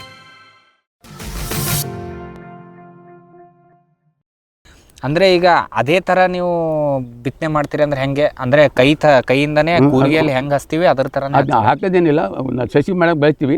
ಪಶ್ಚಿಮ ಬಂಗಾಳ 200 ಜನ ಬರ್ತಾರ, ಅವ್ರು ಅಲ್ಲಿ ಬಂದು ಹಚ್ಚೋಕಾರ, ಅದೇ ಟೈಪ್ ಹೋಗ್ತಾರೆ. ಹಳ್ಳಿ ಜನ ಬಂದು ಅದೇ ಟೈಪ್ ಆಗ್ತಾವ. ಇದನ್ನು ಏನಂದ್ರೆ ಈಗ ನಮಗೆ ಯಾಕೆ ಬೆಳೆ ಬರುವಲ್ದಂತ ಒಂದು ಪ್ರಶ್ನೆ ಬಂದತ್ತೆ. ಟ್ಯಾಕ್ಟ್ರಿ ಹೊಡಿಬೇಕಾದ್ರೆ ಏನಂತಾರೆ, ಈಗ ಇದು ಗದ್ದೆ ಲೆವೆಲ್ ಮಾಡ್ಬೇಕಂದ್ರೆ ನೀರು ಇಡ್ತಾರೆ, ನೀರು ಹೆಚ್ಚಿಡ್ತಾರೆ. ನೀರು ಹೆಚ್ಚಿದ್ರೆ ಟ್ಯಾಕ್ಟ್ರಿ ಎಲ್ಲ ಓಡಾಡುತ್ತೆ. ನೀರು ಹೆಚ್ಚಾದ ತಕ್ಷಣ ಮತ್ತೆ ಲೆವೆಲ್ ಮಾಡ್ಬೇಕಂದ್ರೆ ಸಪ್ಲೈ ಮಾಡಬಂದೆ ಅಂತ ಅವ್ರು ಜನ ಮಾಡ್ತಾರೆ, ಖಾಲಿ ಹೊತ್ತು ಮಾಡಿಬಿಡ್ತಾರೆ. ಆಮೇಲೆ ಅಗೆತ್ತ ಬರ್ತಾರೆ, ನೀರೆಲ್ಲ ಸಾಕಟ್ಟದವ, ಯಪ್ಪ ನೀರು ಅಗೆ ತೇಲ್ತವ ಅಂತೇಳಿ ಆ ಮೊಕ ಕಿತ್ತು ಬಿಡ್ತಾರೆ. ಕಿತ್ತಿದಾಗ ಏನಾಯ್ತು, ಎಲ್ಲ ಹುಣಸೆಹಣ್ಣು ಹೆಚ್ಚಿಗೆ ಹುಳಿವೆಲ್ಲ ಹೋಗಿ ಹಳ್ಳಕ್ಕೆ ಬಿಟ್ಟು ನಾವು ಸಿಪ್ಪೆಯಲ್ಲಿ ಅಗೆಸ್ತಕ್ಕತ್ತೀವಿ. ಹಂಗಾಗಿ ಬೆಳಿವಲ್ಲ ನಮ್ಮ. ಈಗ ನಾನೇನು ಮಾಡ್ತೀನಿ ಅಂತಂದರೆ, ನಾಳೆ ಅಗೆಚ್ಚಬೇಕಾದ್ರೆ ಇವತ್ತು ದಿವಸ ಹೊಡೆದು ಬಿಟ್ಬಿಡ್ತೀನಿ. ನಾನು 2 ದಿವಸ ಮೊದಲು ಮಾಡಿ ಲೆವೆಲ್ ಮಾಡಿಬಿಟ್ಬಿಡ್ತೀನಿ. ಅದರಲ್ಲಿ ಏನಂದರೆ ಹಕ್ಕಿ ಬಂದು ತುಳಿತಾವ, ಹಕ್ಕಿ ನಿಗರ್ಸೋಕ್ಕಾಗೋದಿಲ್ಲ. ಆಮೇಲೆ ಇದು 2 ದಿವಸ ಬಿಟ್ಟಂದರೆ ಅಲ್ಲಿರ್ತಕ್ಕಂಥ ಸೂಕ್ಷ್ಮಾಣುಗಳು, ಜೀವಾಣುಗಳು ಅಲ್ಲೇ ಜಮೀನು ಉದ್ಬಿಡ್ತಾವೆ. ಅವು ಯಾವುದೋ ನಮ್ಮ ಭೂಮಿಯಿಂದ ಹೊರಗೆ ಹೋಗೋದಿಲ್ಲ. ಈಗ ಹುಣಸೆಹಣ್ಣು ಹುಳಿ ಎಲ್ಲ ಹೊರಗೆ ಹೋಗ್ಬಾರ್ದು. ನಮ್ಮದು ಹುಳಿ ಇದ್ದಂದ್ರೆ ಬೈತೈತಿ. ನಾವು ಹುಳಿ ಹೊರಗೆ ಹೋದ್ರೆ ಏನು ಮಾಡೋದು. ಅದಕ್ಕೋಸ್ಕರ ಇದರ ಪದ್ಧತಿ ಭಾಳ ಜನ ರೈತರು ಮಾಡಕತ್ತಾರ. ನಮ್ಮ ಅನಿಸಿದ್ರು ಈ ಹೊಸ ಪದ್ಧತಿ ನಾವೆಲ್ಲ ಮೀಟಿಂಗ್ ಹೋದಾಗ ನಾನು ಅನುಭವಕ್ಕೆ ಹೊರಗಾಗ್ತೀನಿ. ಇದರಲ್ಲಿ ಏನಂತಂದರೆ, ಆಮೇಲೆ 2 ದಿವಸ ಬಿಟ್ಟರೆ ಲಾಭ ಏನಂತಂದರೆ, ಈಗ ಅದು ಮೊದಲ ದಿವಸ ಅಂತ ತೆಳ್ಳಗಿರ್ತದೆ, ಅಲ್ಲಿ ನೀರು ಒಳಗೆ ಹೋಗ್ಬಿಡ್ತದೆ. ಅಗಿ ಒಳಗೆ ಹೋದ ಅಂದರೆ 2-3 ಇಂಚ್ ಒಂದಂದ್ರೆ ಟಿಲ್ಲರ್ಸ್ ಬರೋದಿಲ್ಲ. ಒಂದು 4 ದಿವಸ 2-3 ದಿವಸ ಬಿಟ್ಬಿಟ್ಟು ಅಂದರೆ ಹುಳಿನೂ ಭೂಮಿಯಾಗ ಇರ್ತೈತಿ, ಅಲ್ಲಿ ಕುಂತ್ಕೊಂಡ್ಬಿಡ್ತೈತಿ. ಆಮೇಲೆ ಹಕ್ಕಿನೂ ಬರೋದಿಲ್ಲ, ಏನಿಲ್ಲ. ಇವು ತುಚ್ಚಬೇಕಾದ್ರೆ ಮೇಲೆ ಸುಚ್ಕೊಂತ ಹೋಗ್ತಾರೆ. ಅದು ನೀರು ಅವತ್ತೇ ನೀವು ಹೊಡೆದಂತಂದರೆ ಇಲ್ಲಿ 4 ಇಂಚ್ ಒಳಗೆ ಹೋದಂದರೆ ಆಮೇಲೆ ಅದು ಟಿಲ್ಲರ್ಸ್ ಬರ್ಬೇಕಾದ್ರೆ ಲೇಟ್ ಆಗುತ್ತೆ. ಆ ಟಿಲ್ಲರ್ಸ್ ಲೇಟ್ ಆದ್ರೆ ಜೋಳ ಬರ್ತೈತಿ. ಇದು ನಾವು ಮೇಲೆ ಹಚ್ಚಿದಂದರೆ ಜೋಳ ಬರೋದಿಲ್ಲ. ನಮ್ಮ ಗದ್ದೆ ಎಲ್ಲರೂ ಜೋಳ ಬರ್ತಾರೆ, ನನ್ನ ಗದ್ದೆ ಜೋಳ ಬರೋದಿಲ್ಲ. ಯಾಕಂದರೆ ಎಲ್ಲ ಟಿಲ್ಲರ್ಸ್ ಒಂದೇ ವರ್ಷ ಬರ್ತಾವೆ. ಅದು ಹಚ್ಚಿದ ಒಂದು ಲೇಟ್ ಆಗೋದ್ರಿಂದ ಟಿಲ್ಲರ್ಸ್ ಲೇಟಾಗಿ ಬಂದು ಕೂರಿಗೆ ಬಂದು ಜೋಳ ಆಗುತ್ತೆ. ಆಮೇಲೆ ಗುಂಜು ಹಿಡಿತೈತಿ. ಅದಕ್ಕೋಸ್ಕರವಾಗಿ ನಾವು ಲೈನ್ ಪಕ್ಕ ಹಾಕಬೇಕು, ಮೇಲೆ ಒಂದು 2 ಫುಟ್ ಹಚ್ಬೇಕಷ್ಟೇ. ಓಕೆ, ಅದು ಲಾಭ. ಈಗ ನೀರು ನಿಲ್ಲಿಸಿ ಹಿಂಗೆ ನಾಟಿ ಮಾಡ್ತಾರಲ್ಲ ಸರ್, ಈಗ ಅದರಲ್ಲಿ ಏನು ಡಿಸ್ಟೆನ್ಸು, ಈಗ ಸ್ಪೇಸಿಂಗು, ಎಷ್ಟು ಜಾಗ, ಎಷ್ಟು ಫೂಟಿಗೆ ಒಂದು ಅದು ಅವ್ರವರು ಒಬ್ಬೊಬ್ರು ಹದ್ದು ಹಚ್ತಾರೆ, ಒಬ್ಬರು ಕಡಿಮೆ ಹಚ್ತಾರೆ, ಅವ್ರವ್ರ ಇಷ್ಟ. ಒಬ್ಬೊಬ್ರು ಎಲ್ಲರಿಗೆ ಹೇಳೋಕ್ಕಾಗೋದಿಲ್ಲ. ಈಗ ಅವ್ರು ಹಚ್ಚಾರ ಬೇರೆ ಮಾಡಿ ಹೆಂಗೆ ಹಚ್ಚಿರಿ ಸರ್? ಈಗ ಅಂದ್ರೆ ಒಂದಾಗಿ ನಾರ್ಮಲ್ ಹೆಚ್ಚು ನಾವು ಎಷ್ಟು ಅಂತರ ಆಯ್ತು ಸರ್? ಅದು ಎಷ್ಟು ಅಂತ ಹೋಯ್ತು. ಮತ್ತು ಅದ್ರಲ್ಲಿ ನೋಡಿ ಒಂದು 8 ಇಂಚ್ ಅಂತ ಅಂತರ ಸಂಬಂಧ ಇರೋದಿಲ್ಲ. ಅವ್ನು ಅವ್ರ ನಾವು ಹೇಳ್ದಾಗ ಆಗೋದಿಲ್ಲ. ಕೆಲವು ಏನು ಮಾಡೋದು, ಗುಂಪು ಬರ್ತಾರೆ ಜಾಸ್ತಿ ಬೆಳಿಬೇಕಂತೇಳಿ. ನಾವು ಬಡ್ಡಿ ಇಡೋದಿಲ್ಲ, ಹವಾ ಬರೋದಿಲ್ಲ. ಆದರೂ ಎಲ್ಲರೂ ಬಿಸಿಲು ತಟ್ಟಿ ಚಲೋ ಬರ್ತೈತೆ. ಜಾಸ್ತಿ ಗುಂಪು ಹಾಕಿಬಿಟ್ಟು ಎಲ್ಲ ಬಿಸಿಲು ಮುಟ್ಟೋದಿಲ್ಲ. ಹಾಗಾಗಿ ನೀವು ಹಿಂಗೆ ನಾಟಿ ಮಾಡ್ತೇನೆ ಮಾಡಿದ್ವಿ. ಈಗ ಕೂರಿಗೆ ನೀವು ಹೇಳಿದ್ರಿ ಸರ್, ಅದ್ರ ಥರನೇ ವೆಸ್ಟ್ ಬೆಂಗಾಲ್ದವ್ರ ಥರನೇ ಈಗ ಕೂರಿಗೆ ಟ್ರ್ಯಾಕ್ಟರ್ ಬದಲು ಕೈಯಿಂದನೇ ಕೂರಿಗೆ ಥರ ಮಾಡ್ತಾ ಇದೀವಿ ಅಂತೇಳಿ. ಇಳುವರಿಯಲ್ಲಿ ಏನಾದರೂ ವ್ಯತ್ಯಾಸ? ಇಳುವರಿಯನ್ನು ನಾರ್ಮಲ್ ಬರ್ತೈತೆ, ಇಳುವರಿಗೇನು ವ್ಯತ್ಯಾಸ ಆಗೋದಿಲ್ಲ. ಬೇರೆ ನೀರು ನಿಲ್ಲಿಸಿ ಬೆಳೆದಕ್ಕೂ ಇದು ನಿಲ್ಲಿಸ್ತೀವಿ. ನೀರು ಕೂತ್ತಾ ನೀರು ಕಿತ್ತ ಹೆಚ್ಚು ನಿಲ್ಲಿಸಿ ನಾವು ಗದಿ ಕಡಕತ್ತೀವಿ. ಕಡಿಮೆ ನಿಲ್ಲು ಮಾಡ್ಬೇಕು. ಏನು ನಮ್ಮಲ್ಲಿ ಒಬ್ಬರು ಆಂಧ್ರದಿಂದ ಕರೆಸಿದ್ರು. ಅವರು 1 ಎಕರೆ 97 ಚಲ್ ಬೆಳಿತಾರೆ. ಅವ್ರು 2 ಹೇಳಿದ್ರು, ಒಕ್ಕಲ್ತನ ಮಾಡ್ಬೇಕಾದ್ರೆ ನೀವು ನೀರು ಭಾಳ ನಿಲ್ಲಿಸ್ತೀರಿ, ಅಗಿ ಒಳಗಿಸ್ತೀರಿ ಅಂತ ಹೇಳೋರು. ಇನ್ನು ಅವತ್ತೇ ಟ್ಯಾಕ್ಟ್ರ್ ಹೊಡೆದ ಅಗಿ ಒಳಗೆ ಹೋಗುತ್ತೆ, ಬೆಳೆಯೋದಿಲ್ಲ. ನಮ್ಮಲ್ಲಿ ಕೂಗಿ ಭತ್ತ ತಂದಿರೋದು ಅದರಲ್ಲಿ ಬಿತ್ತಿದ್ರು, ಎಲ್ಲ ಬಿತ್ತಿದ್ರೆ ಅದು ಡೆವಲಪ್ ಆಗಲಿಲ್ಲ. ಅದು ಯಾಕಂದ್ರೆ ಒಂದು ಏರಿಯಾ ಮೇಲೆ ಹೋಗುತ್ತೆ. ಅದು ಎಲ್ಲ ಎಷ್ಟೆಷ್ಟು ಡೆವಲಪ್ ಮಾಡಿದ್ರು ಇದರಿಂದ ಹಚ್ತಾರೆ. ಆಂಧ್ರದಲ್ಲಿ 1000 ಎಕರೆ ಮಾಡ್ತಾರೆ. 1000 ಎಕರೆ ಮಾಡಿ ಏನು ಮಾಡ್ತಾರೆ ಅವರು? ಇದೇ ಪದ್ಧತಿ ಹಚ್ತಾರೆ. ಯಾರು ಇದರಲ್ಲಿ ಏನು ನಮ್ಮ ಪ್ರಶ್ನೆ ಕೇಳಿದೆ. ನಮ್ಮ ಮೇಡಮ್ ಇದು ಹಿಂದಿನ ಕಾಲದಾಗ ನಮ್ಮಪ್ಪ ನಮ್ಮವ್ವ ಎಲ್ಲ ಕೂತು ಬಿತ್ತೆ ಬೆಳೆದಾರ. ಈಗ ಯಾಕೆ ಬಿತ್ತದಲ್ಲ ಅಂತಂದರೆ, ಆ ಬಿತ್ತಿದ ಕಳೆ ಜಾಸ್ತಿ ಬರ್ತೈತಿ. 40,000 ಬೆಡ್ಡೆ ಕಳೆಕ್ಕೆ. ಅದಕ್ಕೆ ಏನು ಮಾಡಿದ್ರೆ, ಈ ನೀರು ನಿಲ್ಲಿಸೋ ಏನು ಉದ್ದೇಶ ಅಂದರೆ ಕಳೆ ಬರಬಾರ್ದು ನಿಲ್ಲಿಸ್ತೀವಿ. ಕಳೆಯನ್ನು ಬರುವ ಸಲುವಾಗಿ ನೀರನ್ನ ಹಚ್ಚಕತ್ತಿ. ಹೊರತು ಕಳೆಯನ್ನು ನಾವು ಇಲ್ಲ ಅಂದರೆ ನಾವು ನೀರು ಬರ್ಸೋ ಅವಶ್ಯಕತೆ ಇಲ್ಲ. ಓಕೆ, ಅದು ಸ್ವಲ್ಪ ತಂಪಿದ್ದು ಸಾಕಾಗುತ್ತೆ. ಓಕೆ, ಅಂದರೆ ನೀವು ಹೆಂಗೆ ಇಳುವರಿ ಹೆಂಗೆ ಬರ್ತಾ ಇದೆ ಸರ್? ಇಳುವರಿಗೆ ಏನು ಬರ್ತದೆ, ಸ್ವಲ್ಪ 2 ಚೀಲ ಹೆಚ್ಚು ಕಡಿಮೆ ಬರ್ತದೆ. ಇಳುವರಿಗೆ ಸಂಬಂಧ ಇರೋದಿಲ್ಲ. ಅಂದರೆ ಕೂರಿಗೆ ಮಾಡೋದ್ರಿಂದ ಇಳುವರಿ ಏನು ಹೆಚ್ಚು ಕಡಿಮೆ ಏನಾಗ? ಕೂರಿಗೆ ಮಾಡೋದ್ರಿಂದ ಬೀಜ ಗಟ್ಟಿ ಬರ್ತೈತಿ, ಚಲೋ ಬರ್ತೈತಿ. ಆಮೇಲೆ ಲಾಭ ಐತಿ, 8,000 ರೂಪಾಯಿ ಎಕರೆಗೆ ಉಳಿತೈತಿ. ಆದ್ರೆ ಈ ಮೊದಲು ಬಿತ್ತಬೇಕಾಗತ್ತೆ, ಈ ದನಗಳ ಕಾಟದಿಂದ ಮಾಡೋಕ್ಕಾಗೋದಿಲ್ಲ. ಎಲ್ಲರೂ ಬಿತ್ತಿದ್ದು ಮಾಡ್ಬೋದು. ಈಗ ಕಸಬಾ ಕ್ಯಾಂಪ್ನಾಗ 1 ಲಕ್ಷ ಹೆಕ್ಟೇರ್ ಬಿತ್ತಾರೆ, ಅದೆಲ್ಲ ಬಿತ್ತಿ ಏನು ಆಗೋದಿಲ್ಲ. ಆಮೇಲೆ ಗಂಗಾವತಿ ಬಿದ್ದ ಸಿದ್ದರಾಮಯ್ಯ ಅವ್ರು ಬಿತ್ತಾರೆ, ಎಲ್ಲ ಸುತ್ತದ ಬಿತ್ತಿ ಏನಾಗೋದಿಲ್ಲ, ಒಬ್ಬನ ಬಿತ್ತಿದ್ದು ಎಲ್ಲ ಖರ್ಚಾಗುತ್ತೆ. ಓಕೆ ಸರ್, ಈಗ ಇದು ಕೂರಿಗೆ ಬರ್ತದ ಹೇಳಿದ್ರೆ ಡ್ರಮ್ ಸೀಡ್ ಮೆಥಡ್ ಏನಾದ್ರು? ಅದು ಡ್ರಮ್ ಸೀಟ್ ಮತ್ತು ಇದು ತಂದೀನಿ. ಡ್ರಮ್ ಸೀಟ್ ಮತ್ತು ಮನೇಲಿ ಏನಂದರೆ ಹಂಚು ಪೆಳ್ಳರ್ ಹೊಡೆದು ಬಿಡ್ತೀವಿ. ಇದ್ರಾಗ ಅಗಿ ಹಚ್ಚೋದು 3,000 ರೂಪಾಯಿ ರೊಕ್ಕ ಉಳಿತೈತಿ. ಆಮೇಲೆ ಅಗಿ ಬೆಳೆಸೋದು 3,000 ರೂಪಾಯಿ ರೊಕ್ಕ ಉಳಿತೈತಿ. ಆ ಡ್ರಮ್ನಾಗ ಇವತ್ತು ನೆನೆ ಹಾಕಿ ಮೊಳಕೆ ಬಂದು ಹಾಕಿಬಿಡ್ತೀವಿ, ಎಳ್ಕೊಂಡು ಹೋಗಿಬಿಡ್ತೀವಿ. ಬೆಸ್ಟು ಇದೇ ಪ್ರಕಾರ ಹುಟ್ಟು ಬಿಡ್ತದೆ. ಅದು ಏನಂದ್ರೆ ಕಳೆ ಬರ್ತೈತಿ. ಓಕೆ, ಕಳೆದೊಂದು ಸಮಸ್ಯೆ. ಈಗ ನಿಂತು ಅಲ್ಲಿನ ಕಳೆ ಬಂದಿಲ್ಲ ನೋಡಿ, 20 ದಿವಸ ಕಳೆ ಬಂದಿಲ್ಲ. ಯಾಕಂದ್ರೆ ಕಳೆ ಬರಬಾರ್ದ ಸಲುವಾಗಿ ನೀರು ನಿಲ್ಲಿಸುವರ್ತಾಗ ನೀರು ಬೇಕಾಗಿಲ್ಲ. ಅಂದ್ರೆ ಈ ಡ್ರಮ್ ಸೀಡರ್ ಮೆಥಡ್ ಕಳೆ ಬರ್ತದ? ಎಲ್ಲ ಡ್ರಮ್ ಸೀಡು ಕಳೆ ಬರ್ತೈತಿ, ಕೂರಿನೂ ಬರ್ತೈತಿ. ಯಾಕೆ ಒಣಗಿದ ತಕ್ಷಣ ಕಳೆ ಬಂದ್ಬಿಡ್ತೈತಿ, ನೀರಿದ್ರೆ ಬೆಳೆಯೋದಲ್ಲ. ಹಂಗಾಗಿ ಇವಾಗ ಟೆಕ್ನಾಲಜಿ ಫೇಲ್ ಆಯ್ತಿದ್ದು. ಇವಾಗ ಟೆಕ್ನಾಲಜಿ ಆಗೋದಲ್ಲ, ಹಸು ಮಾಡಿದೆ. ಸ್ವಲ್ಪ ಆಲ್ಟರ್ನೇಟಿವ್ ಅದ್ರ ಬಗ್ಗೆ ಏನಾದರೂ ಮಾಡಿ ನೀವು ಕೈಯಿಂದ ಅದೇ ಥರ ಕೈಯಿಂದ ನಾಟಿ ಮಾಡಿ, ಕೈಯಿಂದ ಮಷೀನಿಂದ ಬಿತ್ಬೋದು ನಾವು. ಅದು ಬೇರೆ ಬೆಳೆಸ್ಬೇಕಾಗುತ್ತೆ, ಬೆಳೆದಾಗೋದಲ್ಲ ಅಂತೇಳಿ ಏನು ಮಾಡ್ತಾರೆ ಅಂತಂದರೆ ಈ ರೀತಿ ಮಾಡ್ಕೊಂಡು ಹೋಗ್ತಾರೆ. ಈಗ ಡ್ರಮ್ ಸೀಡ್ ಆಯಿತು, ಕೂರಿಗೆ ಆಯಿತು ಸರ್. ಈ ಏರೋಬಿಕ್ ಪದ್ಧತಿ ಅಂದರೆ ಮಡಿ ಮಾಡಿ ಮಾಡ್ತಾರಲ್ಲ ಸರ್? ಮಡಿ ಏರೋಬಿಕ್ ಅಂತ ಬಂದಿದ್ರು ನಮಗೆ, ಧರ್ಮಸ್ಥಳದಲ್ಲಿ ಬಂದಾರ. ಅದು ಮಾಡಿ ಅದು 18 ದಿವಸದಲ್ಲಿ ಎಚ್ಚಬೇಕು. ಅದನ್ನು ಏರೋನಿಕ್ ಮಾಡಿ ಮಡಿ ಮಾಡಬೇಕು. ಅಗಿಗೆಲ್ಲ ತಕ್ಕೋಬೇಕು, ಒಂದು ಡ್ರಮ್ನ ಹಾಕಿ ಅಗಿ ಒಂದು ಚುಚ್ಕೊಂಡು ತೊಗೋಬೇಕು. ಅದು ಚುಚ್ಚಿ ಆ ಬೆಳೆದ್ರಾಗ ಕಸ ಬಂದ್ಬಿಡ್ತೈತಿ. ಅದು ಬೆಳೆದ್ರೆ ಕಸ ಎಲ್ಲಿಗೆ ಹೋದ್ರೂ ಇದು ಕಸಕ್ಕೆ ಬರ್ತೈತಿ. ಎಲ್ಲಿಗೆ ಹೋದ್ರೆ ಈಗ ಸಮಸ್ಯೆ ಬರೋದಂದ್ರೆ ಕಳೆದಿಂದನೇ ಈ ಮಂಚ ಬೇಸತ್ತಿರೋದು. ಅದು ಏರೋಬಿಕ್ ಏನಾದ್ರು ಟ್ರೈ ಮಾಡಿದ್ರ ನೀವು? ಏರೋಬಿಕ್ ಲೇಬರ್ ಪ್ರಾಬ್ಲಮ್ ಸರ್, ಇದು ಹಚ್ಚೋದು ಯಾರಿಗೆ ಸಿಗೋದಿಲ್ಲ. ರಿಡ್ಜ್ ಮಾಡಿ ಮಾಡ್ಬೋದು, ಚಲೋ ಐತೆ. 18 ದಿವಸ ಬೆಳಿಬೋದು, ನೀರು ಕಡಿಮೆ ಹೋಗುತ್ತಾ. ಆದರೆ ದುಡಿತಕ್ಕಂಥ ಆಳುಗಳು ಇಲ್ಲಲ್ಲ. ಓಕೆ, ಅದು ಸಮಸ್ಯೆ. ಓಕೆ, ಅದು ಬಿಟ್ಟು ಇನ್ನೇನಾದರೂ ಬೇರೆ ಬೇರೆ ಮೆಥಡ್ ಯಾರು ಬೇರೆ ಮಾಡೋದಿಲ್ಲಪ್ಪ ಅಂದರೆ ಇದ್ದಿದ್ರೆ ಒಕ್ಕಲ್ತನ ಇಂಪ್ರೂವ್ ಮಾಡ್ಕೋಬೇಕು. ಇದ್ರ ಏನಂದರೆ ನೀರು 15 ದಿವಸ ನಿಲ್ಲಿಸ್ಬೇಕು, ಆಮೇಲೆ ಆರ್ಬಿಡ್ಬೇಕು, 15 ದಿವಸ ಮಾಡಬೇಕಾಗಿತ್ತು. ಆಮೇಲೆ ಆದಷ್ಟು ಏನಪ್ಪ ಅಂದರೆ ಈ ಯೂರಿಯಾವು ಕಡಿಮೆ ಹಾಕ್ಬೇಕು. ನಾವು ಯೂರಿಯಾ ಜಾಸ್ತಿ ಹಾಕ್ತಿದ್ವಿ, ಮತ್ತು ಬರ್ತಕ್ಕಂಥ ಉಪ್ಪುಗಳು ಏನಂತಲ್ಲ ಒಂದು ಲಿಮಿಟ್ ಮೇಲೆ ಹಾಕಬೇಕು. ಮಂಗ, ಹಂದಿ, ಕಾಡೆಮ್ಮೆ, ಜಿಂಕೆ, ಆನೆ ಮುಂತಾದ ವನ್ಯ ಪ್ರಾಣಿಗಳ ಕಾಟದಿಂದ ಬೇಸತ್ತಿದ್ದೀರಾ? ಚಿಂತಿಸಬೇಡಿ. ಗ್ರಾಸ್ ಇಕೋ ಸೈನ್ಸಸ್ ಅವರ ಜೈವಿಕ ಧ್ವನಿ ತಂತ್ರಜ್ಞಾನ ನಿಮ್ಮ ನೆರವಿಗಿದೆ. ಕಾಫಿ, ಕೋಕೋ, ತೆಂಗು, ಅಡಿಕೆ, ದಾಳಿಂಬೆ, ಬಾಳೆ, ಹೂ, ಹಣ್ಣು, ತರಕಾರಿ, ಭತ್ತ, ಕಬ್ಬು ಬೆಳೆ ಸಂರಕ್ಷಿಸಿ. ಅಂತಾರಾಷ್ಟ್ರೀಯ ತಂತ್ರಜ್ಞಾನ, ಕೈಗೆಟುಕುವ ಬೆಲೆ. ಏರ್ಪೋರ್ಟ್ ಅಳವಡಿಸಿದ ತಂತ್ರಜ್ಞಾನ ಈಗ ನಿಮ್ಮ ತೋಟ ರಕ್ಷಣೆಗೆ. Grass eco sciences. Barrix centre pheromone ಟ್ರಾಪ್ಸ್ನೊಂದಿಗೆ ರೇನೋಸಾರಸ್ ದುಂಬಿ ಮತ್ತು ಕೆಂಪು ಮೂತಿ ಹುಳುಗಳಿಂದ ತೆಂಗು, ತಾಳೆ, ಅಡಿಕೆ ಮರಗಳ ಸಂರಕ್ಷಣೆ. ತರಕಾರಿ ಮತ್ತು ಹಣ್ಣಿನ ಬೆಳೆಗಳಲ್ಲಿ ಹಣ್ಣಿನ ನೊಣಗಳ ನಿಯಂತ್ರಣಕ್ಕೆ ಬ್ಯಾರಿಕ್ ಸ್ಕ್ಯಾಚ್ ಫ್ರೂಟ್ ಫ್ಲೈ ಹಾಗೂ ವೆಜಿಟೇಬಲ್ ಫ್ಲೈ ಟ್ರ್ಯಾಪ್. ರಸ ಹೀರುವ ಕೀಟಗಳನ್ನು ಹಿಡಿಯಲು ಬಣ್ಣದ ಕ್ರೋಮ್ಯಾಟಿಕ್ ಸ್ಟಿಕ್ಕಿ ಟ್ರ್ಯಾಪ್ಸ್. ಪೇಟೆಂಟ್ ಹೊಂದಿದ ತಂತ್ರಜ್ಞಾನ, ದೀರ್ಘಕಾಲದವರೆಗೂ ಬಾಳಿಕೆ. ಕೀಟನಾಶಕಗಳಿಗೆ ಪರ್ಯಾಯ, ಪರಿಸರಕ್ಕೆ ಪೂರಕ. ಸುಸ್ಥಿರ ಸಾವಯವ ಕೃಷಿಗಾಗಿ ಬ್ಯಾರಿಕ್ಸ್. ಭೂಮಿದೀಪ ಸಾರಜನಕ, ರಂಜಕ ಒದಗಿಸುವ ಸೂಕ್ಷ್ಮಾಣುಜೀವಿ ಮಿಶ್ರಿತ ಸಮೃದ್ಧ ಸಾವಯವ ಎರೆಗೊಬ್ಬರ. ಕಾಳು ಮೆಣಸಿಗೆ ಟ್ರೈಕೋಡರ್ಮಾ ಸಂವರ್ಧಿತ ವಿಶೇಷ ಎರೆಗೊಬ್ಬರ. ಕುದುರೆ, ಹೇಸರಗತ್ತೆ, ಲದ್ದಿಯ ಅಧಿಕ ಪೌಷ್ಟಿಕಾಂಶದ ಅಶ್ವಸಾರ ಎರೆಗೊಬ್ಬರ. ಎನ್ಪಿಕೆ, ಲಘು ಮತ್ತು ಸೂಕ್ಷ್ಮ ಪೋಷಕಾಂಶಗಳು, ಸಸ್ಯ ಪ್ರಚೋದಕಗಳು ಹಾಗೂ ಹಾರ್ಮೋನುಗಳ ಆಗರ. ಭೂಮಿದೀಪ ಎರೆಗೊಬ್ಬರ.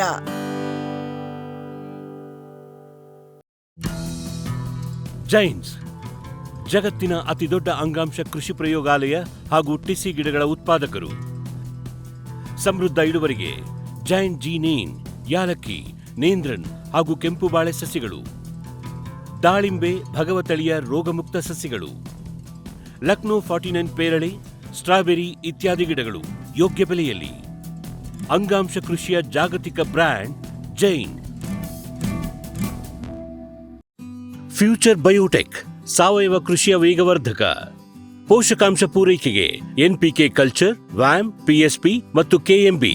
ಜೈವಿಕ ರೋಗ ಕೀಟ ನಿಯಂತ್ರಣಕ್ಕೆ ಟ್ರೈಕೋಡರ್ಮಾ, ಸೂಡೋಮೊನಾಸ್. ಸಾವಯವ ಗೊಬ್ಬರ ಉತ್ಪಾದನೆಗೆ ಕಾಂಪೋಸ್ಟ್ ಕಲ್ಚರ್. ಹೂವು ಕಾಯಿ ಉದುರುವ ಸಮಸ್ಯೆಗೆ ಕಾಮಧೇನು ಮತ್ತು ಸತ್ವ. ಮಣ್ಣಿನ ಆರೋಗ್ಯ ವೃದ್ಧಿಗೆ ಫ್ಯೂಚರ್ ಬಯೋಟೆಕ್, ಧಾರವಾಡ.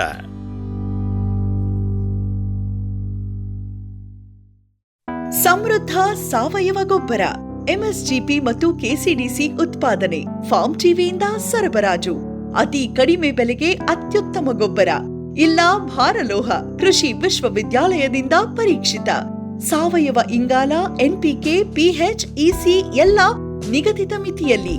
ಅಡಿಕೆ, ತೆಂಗು, ಬಾಳೆ, ಕಾಫಿ, ದಾಳಿಂಬೆ, ದ್ರಾಕ್ಷಿ, ಕಬ್ಬು, ಭತ್ತ, ಜೋಳ, ಹತ್ತಿ ಹೀಗೆ ಎಲ್ಲಾ ಬೆಳೆಗಳಿಗೂ ಪ್ರಶಸ್ತ.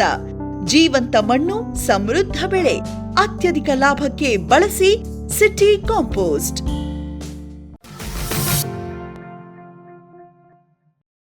ಸರ್, ಈಗ ಕೂರಿಗೆ ಭತ್ತ ಆಗಲಿ, ಡ್ರಮ್ ಸೀಡ್ ಭತ್ತ ಆಗಲಿ, ಏರೋಬಿಕ್ ಆಗಲಿ ಇವೆಲ್ಲ ಮಾಡ್ತೀವಲ್ಲ ಸರ್, ಅದರಲ್ಲಿ ರೋಗ ಕೀಟಗಳ ಸಮಸ್ಯೆ ಏನಾದರೂ ಡಿಫ್ರೆನ್ಸ್ ಆಗುತ್ತಾ, ವ್ಯತ್ಯಾಸ ಆಗುತ್ತಾ? ರೋಗ ಅಂತಂದರೆ ಈಗ ನಾವು ನೀರು ನಿಲ್ಸಿವಿ, ಇದು ಏನಾಗುತ್ತೆ, ಹೀಟ್ ಆಗುತ್ತೆ, ವೆಪರೇಷನ್ ಆಗುತ್ತೆ. ಆ ವೆಪರೇಷನ್ ಆಗುತ್ತೆ, ಅಲ್ಲಿರ್ತಕ್ಕಂಥ ಹುಳುಗಳು ಮಟ್ಟು ಹೊಡೆದ್ಬಿಡ್ತಾವೆ. 15 ದಿವಸ ಇರ್ತಕ್ಕಂಥ ಮಟ್ಟುಗಳು 8 ದಿವಸ ಹೊಡೆದ್ಬಿಡ್ತವೆ, ಬಿಕಾಸ್ ಆಫ್ ಹೀಟ್. ಈ ಕೋಳಿ ಹೆಂಗೆ ಮೊಟ್ಟೆ ಹೊಡಿರ್ತವೆ ಆಗುತ್ತೆ. ಅದಕ್ಕೆ ನೀರು ಕಡಿಮೆ ನಿಲ್ಲಿಸ್ಬೇಕು. ನಾವು ಕೇಳೋದಲ್ಲ ಹೂಗಿ ಭತ್ತ ರೋಗ, ಯಾಕಂದರೆ ಅದು ನೀರು ನಿಲ್ಲದಲ್ಲ ರೋಗ ಕಡಿಮೆ ಆಗುತ್ತೆ. ಡ್ರಮ್ ಸೀಡ್ ಮಾಡಿದಂತೂ ಇದಾಗುತ್ತೆ, ಅದು ರೋಗ ಕಡಿಮೆ ಆಗುತ್ತೆ. ಅದು ಆಮೇಲೆ 1 ತಿಂಗಳ ಮೇಲೆ ನಿಲ್ಲಿಸು ನಾವು, ಮತ್ತೆ ರೋಗ ಬಂದುಬಿಡ್ತದೆ. ನೀರಿಂದನೂ ರೋಗ ಬರ್ತೈತೆ, ನೀರಿಂದ ಕಂಟ್ರೋಲ್ ಮಾಡಲಿಲ್ಲ ಅಂದರೆ ರೋಗ ಹೆಚ್ಚಾಗುತ್ತೆ. ಕೀಟಗಳು ಸರ್, ಕೀಟಗಳು ಬಾಧೆವಪ್ಪ ಅಂದರೆ ಅತಿ ನಾವು ಯೂರಿಯಾ ಹಾಕಿದ್ರಿಂದ ಹಸಿರು ಹೆಚ್ಚಾಗುತ್ತೆ. ಹಸಿರು ಎದ್ದ ತಕ್ಷಣ ಏನಾಗುತ್ತೆ, ಅಟ್ರಾಕ್ಟಿವ್ ಆಗಿಬಿಡ್ತದೆ. ಯೂರಿಯಾ ಕಡಿಮೆ ಮಾಡ್ಯಾರ ಈಗ. ಜಾಸ್ತಿ ಯೂರಿಯಾ ಹಾಕಪ್ಪ ನಮಗೇನು ಚಂದ ಕಾಣ್ಬೇಕಂತೇಳಿ ಎಲ್ಲ ಹಾಕಿದ್ದ ಆ ಚಂದ ಹೋಗಿ ಏನಾಗುತ್ತೆ, ಆ ಹುಳುಗಳಿಗೆ ಏನಾಗುತ್ತೆ, ಚೆಂದಾಗಿ ಊಟಗಳು ಅಟ್ಯಾಕ್ ಹಾಕೋ, ರೋಗ ಬರೋದು ಜಾಸ್ತಿ ಆಗುತ್ತೆ. ಅತಿ ಆಗಿದ್ದರಿಂದ ಹಸಿರಾದಂಗೆಲ್ಲ ಬಂದುಬಿಡ್ತಾವೆ. ಸರ್, ಈಗ ಕೂರಿಗೆ ಅಲ್ಲಿ ಈ ಡ್ರಮ್ ಪದ್ಧತಿಗಳಾಗಲಿ ಇವೆಲ್ಲ ಮುಂಗಾರು ಬೆಳೆಗೆ ಜಾಸ್ತಿ ಮಾಡ್ತಾರೋ ಅಥವಾ ಈ ಬೇಸಿಗೆ ಬೆಳೆಗೆ ಜಾಸ್ತಿ ಮಾಡ್ತಾರೋ ಪದ್ಧತಿ? ಇವೆಲ್ಲ ಪದ್ಧತಿ ಈಗ ಕೂರಿಗೆ ಮಾಡ್ಬೇಕಾದ್ರೆ ಮುಂಗಾರು ಬೆಳೆ ಮಾಡಬೇಕು. ಮುಂಗಾರು ಬೆಳೆ ಮಾಡೋದು ಎಲ್ಲಿ ಆಗುತ್ತೆ, ಅದು ಬಿತ್ತನೆ ಮಾಡಿದಾಗ ಮಳೆ ಬೇಕು, ಅದು ಮಳೆ ಬೇಕು. ಮಳೆ ಇಲ್ಲ ಅಂದರೆ ಇಲ್ಲ ಪಂಪ್ ಸೆಟ್ ಇದು ಮಾಡ್ಬೋದು. ಇದು ಮಾಡೋದು ಈಗ ಒಬ್ಬರು ಮಾಡಿದ್ರೆ ಆಗೋದಿಲ್ಲ, ಈಗ ಎಲ್ಲರೂ ಮಾಡ್ಬೇಕು. ಹಂಗಾಗಿ ಈಗ ಜಾಸ್ತಿ ಮುಂಗಾರು ಆದರೆ ಇವೆಲ್ಲ ಮುಂಗಾರು ಇಲ್ಲ ಬಿತ್ಬೋದು. ಹಿಂಗಾರು ಅಂದರೆ ಡ್ರಮ್ ಸೀಡ್ ಮಾಡ್ಬೋದು. ಹಿಂಗಾರಲ್ಲಿ ಡ್ರಮ್ ಸೀಡ್ ಮಾಡ್ಬೋದು. ಡ್ರಮ್ ಸೀಡ್ ಯಾರೋ ಮಾಡಿಬಿಟ್ಟು ಕಳೆದ ಒಂದು ಸಮಸ್ಯೆ ಬರುತ್ತೆ, ಇದು ಒಂದು ಬರುತ್ತೆ. ಸರ್, ಈಗ ಈ ಕೂರಿಗೆ ಆಗಲಿ ಡ್ರಮ್ ಸೀಡ್ ಆಗಲಿ ಇವೆಲ್ಲ ಅದಕ್ಕೋಸ್ಕರನೇ ಅಂತ ಬೇರೆ ಬೇರೆ ತಳಿಗಳಿದಾವ ನೋಡಿ ಸರ್. ನಮ್ಮಲ್ಲಿ ಏರಿಯಾದಲ್ಲಿ ಮಾರ್ಕೆಟಿಗೆ ತಳಿ ಹೋಗ್ಬೇಕು ನಾವು. ತಳಿ ಜೋಳ 1000-5000 ತಳಿ ಅದಾವ. ಮಾರ್ಕೆಟ್ ಇರ್ಬೇಕಲ್ಲ. ಮಾರ್ಕೆಟ್ ಇಲ್ಲ ಏನು ಯಾರು ಖರೀದಿ ಮಾಡೋಕೆ ಏನು ಮಾಡ್ಬೇಕು? ಹೌದು. ಈಗ ಬಾಸ್ಮತಿ ಅಂತಾರೆ ರೇಟ್ ಅಂತ. ನಮ್ಮಲ್ಲಿ ಬಾಸ್ಮತಿ ಬೆಳೆದಿಲ್ಲ, RNR ಜಾಸ್ತಿ ಆಗುತ್ತೆ. ಅದೇ ಗಂಗಾ ಕೈರಿ ಬೆಳಿತಾರೆ, ಸೋನಾ ಮಸೂರಿ ಬೆಳೆದೀವಿ, ಅದು ತೊಗೊಳಕ್ಕೆ ತಯಾರಿಲ್ಲ. ಈಗ ಮಾರ್ಕೆಟ್ ಇಂಪಾರ್ಟೆಂಟ್ ಅದು ನಮಗೆ. ಮಾರ್ಕೆಟಲ್ಲಿ ಯಾವುದು ಬೇಡಿಕೆ ಇರುತ್ತೋ ಅದು ಹೋಗ್ಬೇಕು. ಯಾವ್ದು ಹಾಕ್ತೀರಿ ಸರ್? ಈಗ ಮುಂಗಾರು ಬೆಳೆಗೆ ಯಾವ್ದು ಹಾಕ್ತೀರಿ? ಮುಂಗಾರು ಬೆಳೆಗೆ ಸೋನಾ ಮಸೂರಿ ಹಾಕ್ತೀವಿ, ಹಿಂಗಾರು ಬೆಳೆಗೆ RNR ಹಾಕ್ತೀವಿ, ಇಲ್ಲ ಗಂಗಾ ಕೈರಿ ಹಾಕ್ತೀವಿ ಅಷ್ಟೇ. ಓಕೆ. ಆಮೇಲೆ ಇದು 1010 ಬೆಳಿತಿತ್ತು ಮಂಡಳಿಗೆ, ಅವು ಬೆಳಿಬೋದು. ಅದನ್ನು ಮಾರ್ಕೆಟ್ ಐತೆ, ಅದು ಬೆಳೆಯೋಕೆ ಬಂದು ಬೆಳೆ ಕಡಿಮೆ ಮಾಡ್ಯಾರ, ಬೆಳಿಬೋದು ಇಲ್ಲ ಅನ್ನೋದು. ಓಕೆ. ಮಾರ್ಕೆಟ್ ಹೆಂಗೆ ತೊಗೋಬೇಕು ಅಷ್ಟು. ಸರ್, ಈಗ ಇಷ್ಟೊಂದು ನೀರು ನಿಲ್ಲಿಸಿ ಇಲ್ಲೆಲ್ಲ ಭತ್ತ ಬೆಳಿತೀರಲ್ಲ ಸರ್, ಇದು ಹೆಂಗೆ? ಇದು ಭೂಮಿ ಫಲವತ್ತತೆ ಹೆಂಗೆ? ಭೂಮಿ ಫಲವತ್ತೆ ಹೇಳಿದ ಸರ್, ನೀರು ನಿಂತ ಭೂಮಿ ಫಲವತ್ತೆ ಎಲ್ಲ ಹರಿದೋಗ್ಬಿಡ್ತೈತಿ. ಭೂಮಿ ನೀರು ಜಾಸ್ತಿ ಕಟ್ಟಿದ್ರಿಂದ ಏನಾಗುತ್ತೆ, ಅಲ್ಲಿರ್ತಕ್ಕಂಥ ಸೂಕ್ಷ್ಮ ನಾವು ಗೊಬ್ಬರ ಹಾಕ್ತೀವಿ, ಕರೆಕ್ಟ್ ಹೊರಗೋಗ್ಬಿಡ್ತೈತಿ. ಆಮೇಲೆ ಯಾವುದು ಮಾಡಿದ್ರೆ ಬಂತು. ಈಗ ಪಶ್ಚಿಮ ಬಂಗಾಳೆಲ್ಲ ಗುಳಿಗಳು ಬಂದಾವೆ. ಆ ಗುಳಿಗೆ ಊರಿಸಿ ನೆಕ್ಸ್ಟ್ ಬಂದು ತೋರಿಸ್ತೀನಿ ನಾನು. ಆ ಗುಳಿಗೆ ಭೂಮಿ ಒಳಗೆ ಅದೇ ಕಾಂಪ್ಲೆಕ್ಸ್ ಗುಳಿಗೆ ಬಿಡ್ತೀವಿ, ಅದು ಹೊರಗೆ ಹೋಗೋದಿಲ್ಲ. ಹೊಸ ಪದ್ಧತಿ ಮಾಡೀನಿ, ಗಿರೀಶ್ ಬಂದಲ್ಲ ಕೇಳ್ಕೊಳ್ರಿ. Okay sir. ಸರ್, ನೀವು ಇಷ್ಟೊತ್ತು ನಮಗೆ ಈ ಬೇರೆ ಬೇರೆ ಭತ್ತದ ಪದ್ಧತಿಗಳನ್ನು, ನಾಟಿ ಪದ್ಧತಿಗಳ ಬಗ್ಗೆ ಸಾಕಷ್ಟು ಮಾಹಿತಿಯನ್ನು ನಾವು ಎಲ್ಲ ಪದ್ಧತಿ ಮಾಡಿಬಿಟ್ಟಿನಿ ಸರ್. ಓಕೆ, ಎಲ್ಲ ಅದ್ರ ಬಗ್ಗೆ ಇಷ್ಟೊತ್ತು ಮಾಹಿತಿ ಕೊಟ್ರಿ ಸರ್ ನಮಗೆ. ಹಾಗಾಗಿ ಇಷ್ಟೊತ್ತು ಮಾಹಿತಿ ಕೊಟ್ಟಿದ್ದಕ್ಕೆ ನಮ್ಮ ರೈತರ ವತಿಯಿಂದ ಹಾಗೂ ನಮ್ಮ ವಾಹಿನಿಯ ವತಿಯಿಂದ ತಮಗೆ ತುಂಬ ಹೃದಯದ ಧನ್ಯವಾದಗಳು. ಇದು ಡ್ರಮ್ ಸೀಡರ್ ಅಂತ ನೇರವಾಗಿ ಭತ್ತ ಬಿತ್ತನೆ ಮಾಡಲಿಕ್ಕೆ ಯೂಸ್ ಮಾಡ್ತಾ ಇದ್ವಿ.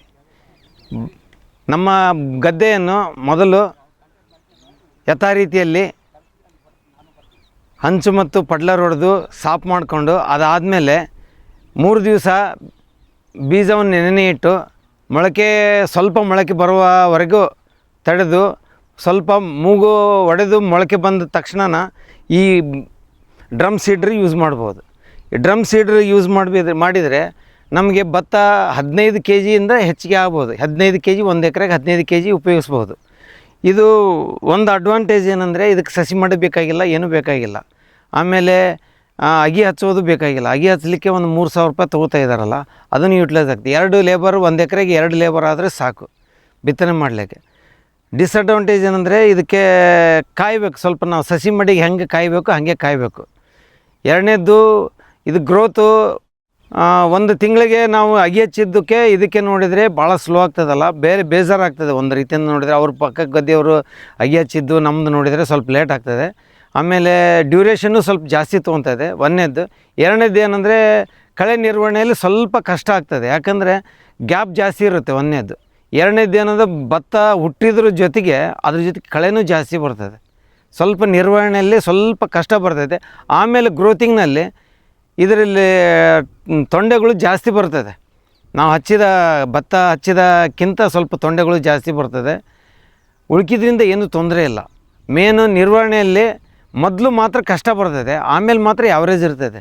ಇಳುವರಿಯಲ್ಲಿ ನಾವು ನಾರ್ಮಲ್ ಹಚ್ಚಿದ ಭತ್ತದಕ್ಕೆ ಇದಕ್ಕೆ ಎರಡೂ ಸೇಮ್ ಇದೆ, ಡಿಫ್ರೆನ್ಸ್ ಏನಿಲ್ಲ. ಕೂರ್ಗಿ ಭತ್ತದ್ದು ಒಂದು ಸ್ವಲ್ಪ ತ್ರಾಸ ಆಗತ್ತೆ ರೀ. ನಾವು ರೋಗ ಕಡಿಮೆ ಆಗುತ್ತೆ. ನಾವು ಟೈಮಿಂಗ್ ಇತ್ತಂದ್ರೆ ಕೂರ್ಗಿ ಬಿತ್ತನೆ ಮಾಡ್ಬೋದು. ಈಗ ಸಮ್ಮರ್ ಸೀಸನ್ಯಾಗ ಮಾಡೋಕ್ಕಾಗಲ್ಲ, ಯಾಕಂದರೆ ಟೈಮಿಂಗ್ ಇರೋಲ್ಲ, ನೀರು ಶಾರ್ಟೇಜ್ ಆಗುತ್ತೆ, ಮುಂದಿನ ಬೆಳೆಗಿನೂ ನಮಗೆ ತೊಂದರೆ ಆಗುತ್ತೆ, ಒಣಗಿಸ್ಕೊಂಡು ಇರಬೇಕಾಗತ್ತೆ. ಇಲ್ಲಿ ಇದು ಇರಿಗೇಟೆಡ್ ಲ್ಯಾಂಡ್ ಅಲ್ಲ, ನಾವು 4 ಮಂದಿ ಯಾವಾಗ ಮಾಡ್ತಾರೆ ಅವಾಗೇ ಮಾಡ್ಬೇಕಾಗತ್ತೆ. ಅದು ಕೂರ್ಗಿದ್ದು ಏನಾರ ನಾವು ಮಾಡಿದ್ನಿ ಅಂದರೆ ಅವರು ಎಲ್ಲ ಗ್ರೋತ್ ಆಗಿರ್ತಾವೆ, ನಮ್ಮ ಈಗ ಇಂಪ್ರೂವ್ ಆಗ್ತಾ ಇರ್ತಾವೆ. ಅವರು ಬಂದ ಮೇಲೆ ನಮಗೂ ಎಲ್ಲ ಒಣಗಿ ಹೋಗಿಬಿಡುತ್ತೆ. ನೀರಿನ ಅವಶ್ಯಕತೆ ಜಾಸ್ತಿ ಇರುತ್ತೆ ಆ ಟೈಮ್ದಾಗ, ಲಾಸ್ಟ್ ಮೂಮೆಂಟ್. ನಮ್ಮ ಮಾರ್ಚ್ ಎಂಡ್ವರೆಗೆ ಮಾರ್ಚ್ ಎಂಡ್ವರೆಗೆ, ಏಪ್ರಿಲ್ 1 ಅಥವಾ 2ನೇ ತಾರೀಕಿಗೆ ನೀರು ಹೋಗಿಬಿಡ್ತಾವೆ ನಮಗೆ. ಈ ಸಮ್ಮರ್ ಸೀಸನ್ಯಾಗ ಮಾಡೋಕೆ ಚಾನ್ಸಸ್ಸೇ ಇಲ್ಲ. ರೇನಿ ಸೀಸನ್ಯಾಗ ಕೂರ್ಗಿ ಬಿತ್ತನೆ ಮಾಡ್ಬೋದು ಅಡ್ವಾನ್ಸ್ ಆಗಿ. ಎಲ್ಲರೂ ಕಲ್ತು ಮಾಡಿದರೆ ಉತ್ತಮ ಅಲ್ಲ.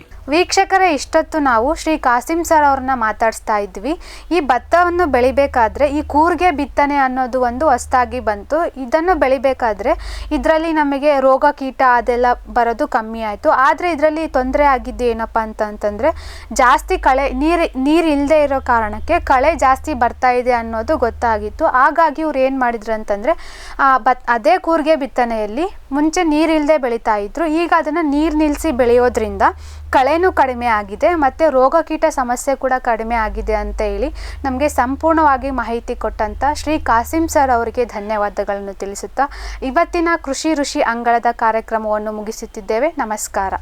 ಈ ಕಾರ್ಯಕ್ರಮದ ಪ್ರಾಯೋಜಕರು ಜೈನ್ ಇರಿಗೇಷನ್ ಸಿಸ್ಟಮ್ಸ್ ಲಿಮಿಟೆಡ್, ಜಾಗತಿಕ ತುಂತುರು ಮತ್ತು ಹನಿ ನೀರಾವರಿ ಉಪಕರಣಗಳ ಉತ್ಪಾದಕರು, ಬೇಸಾಯ ತಂತ್ರಜ್ಞಾನ ನಿರೂಪಕರು ಹಾಗೂ ರೋಗರಹಿತ ಟಿಶ್ಯೂ ಕಲ್ಚರ್ ಗಿಡಗಳು.